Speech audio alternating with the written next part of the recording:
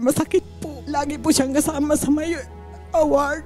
Tapos matitigil lang po. Sabi ko, di bali po, pag magaling ka naman, makakapag-aral ka naman ulit eh. Pinanalangin na lang namin sa mahal na Panginoon na sana gumaling. Umpisahan na natin ang ating tabang ora mismo. Kasama naman natin ngayong Nanay Amelita Runatay. Kanyang alalahanin ay para sa kanyang kolehiyalang anak na si Rica na lumalaban ngayon sa isang uri ng sakit sa puso na kinakailangang operahan. Kailan niyo po nalaman na meron na pala siyang sakit na ganitong uri ng sakit sa puso? Nung January lang po. Pinunan po kadto Sir Tabi. Nung gabi na naturog ko no siya. Nagpiot po sa pag-angos niya. At gabi, before siya matulog, ay parang nasikip yung... Oo, nung lawod na po, na pag nahirapan na po siyang huminga. Opo. Yun, sinabi niya sa akin, sabi ko, bukas magpapacheck up siya. Pina-check up pa na, kinaumagahan po. Dinala namin sa doktor, tapos yun po. Sabi naman po nung doktor, kailangan daw pong ipa-ECG at saka todo echo po. Hindi po normal yung tibok ng puso niya. Mabilis daw yung tibok ng puso niya. Ipa-ECG po muna tapos ipatudo echo para po malaman kung ano talaga yung sa puso niya. So hanggang ngayon po ma'am ay wala pa kayong idea kung ano talaga yung pinaka sakit po sa puso ng anak. Nung pina-ECG naman sa todo echo, nalaman naman namin yung resulta na yun nga po may sakit sa puso tapos may butas po yung puso niya. May butas po ito sa puso. Malaki. Tapos para malaman daw po namin na kung gaano kalaki po yung butas ng puso, kailangan daw po namin ipa-TEE. So transopadial echo po. So ipapasok po dito sa Tapos pinaano po na kay Doc Munoz. Pero nung ipinanganak po ninyo itong si Rica ay wala naman talaga itong... Wala naman po kami na sir, na may sakit siya sa puso kasi sa bahay lang naman siya, tapos pag lumalabas papasok lang ng school. Ano po yung mga naging epekto po nitong sakit niya sa puso? Yung mga dati niyang ginagawa ay hindi niya na nagagawa? Madali po siyang mapagod. Pero hanggang ngayon po ay patuloy pa rin siya sa pag-aaral? Pinatigil na po namin. Lalong ma-stress po yung anak ko, tapos po madaling mapagod na. Masakit po. Lagi po siyang kasama sa may award. Tapos matitigil lang po. Sabi ko, di bali po, pag magaling ka naman, makakapag-aral ka naman ulit eh. Ilang taon na nga po itong si Rica? 21 po. 21 years old. O, Mister, kumusta po ngayon? Laging sa bundok. Laging sa bundok. Ilan po yung anak po ninyo ni Mister? 8. 8. Pang ilan po ito si Rica? Pang-5 po. Pang-5. Opo. Sa 8 po ninyong anak, si Rica lang po ba yung merong ganitong uri ng sakit? Opo. Kung nagpatuloy po sana ng pag-aaral si Rica, anong kurso sana po?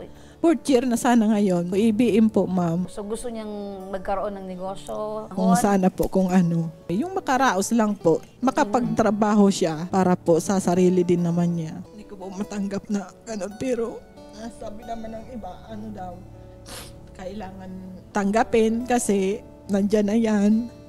Opo. Yun na lang po yung pinanalangin na lang namin sa mahal na Panginoon na sana gumaling. Etong sakit sa puso, parang napakabigat tanggapin. Opo. Nag-uusap-usap na lang po kami. May makakaraos din kami. Lumapit po kayo sa aming programa, sa Ako Bicol. Ano po yung pinaka-hinaing po ninyo? Medyo malaki po yung babayaran ng hindi po namin kayang ganyang kalaking babayaran sa ospital. Ano daw yung sabi ng doktor na kinakailangan gawin kay Rica?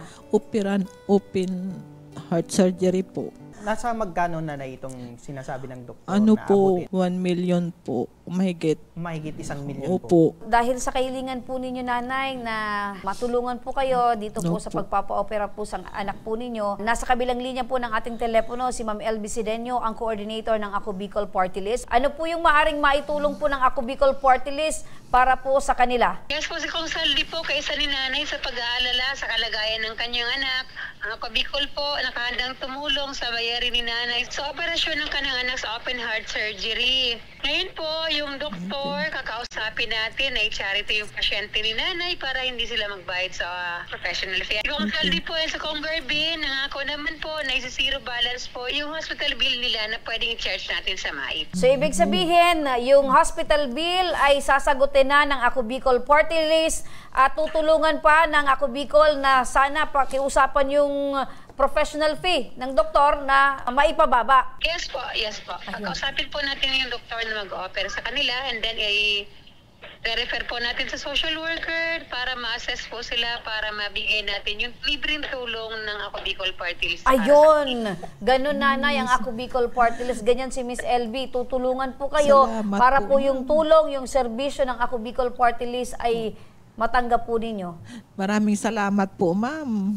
Nakulong papasalamat pong maray sa Ako Bicol po. So wala na po kayo, nanay, na alalahanin pagdating po sa hospital bill dahil zero po kayong lalabas ng ospital dahil sagot po ng Ako Bicol Party List. Salamat po, ma'am. Salamat po, sir. Maraming salamat po. Maliban dyan sa tulong mula sa Ako Bicol Party List, itong hospital bill, tanggapin nyo po itong bigas mula sa aming program para naman hanggang hindi pa yung operation, schedule ng operation ay maging malakas itong si Rica. Upang Opo, ako problemahin na lang po, nanay, pang-ulam. Pero yung pangunahin salamat pong maray. bigas, Salamat po. Nak, Rica, ma-operan ka na po. Ma-operan ka na. Magiging zero balance ka na, ano. At abangan kita ni kan Ako Bicol. Da na kita babayaran. Sana sa tabang ano makan sa diri na magdasal.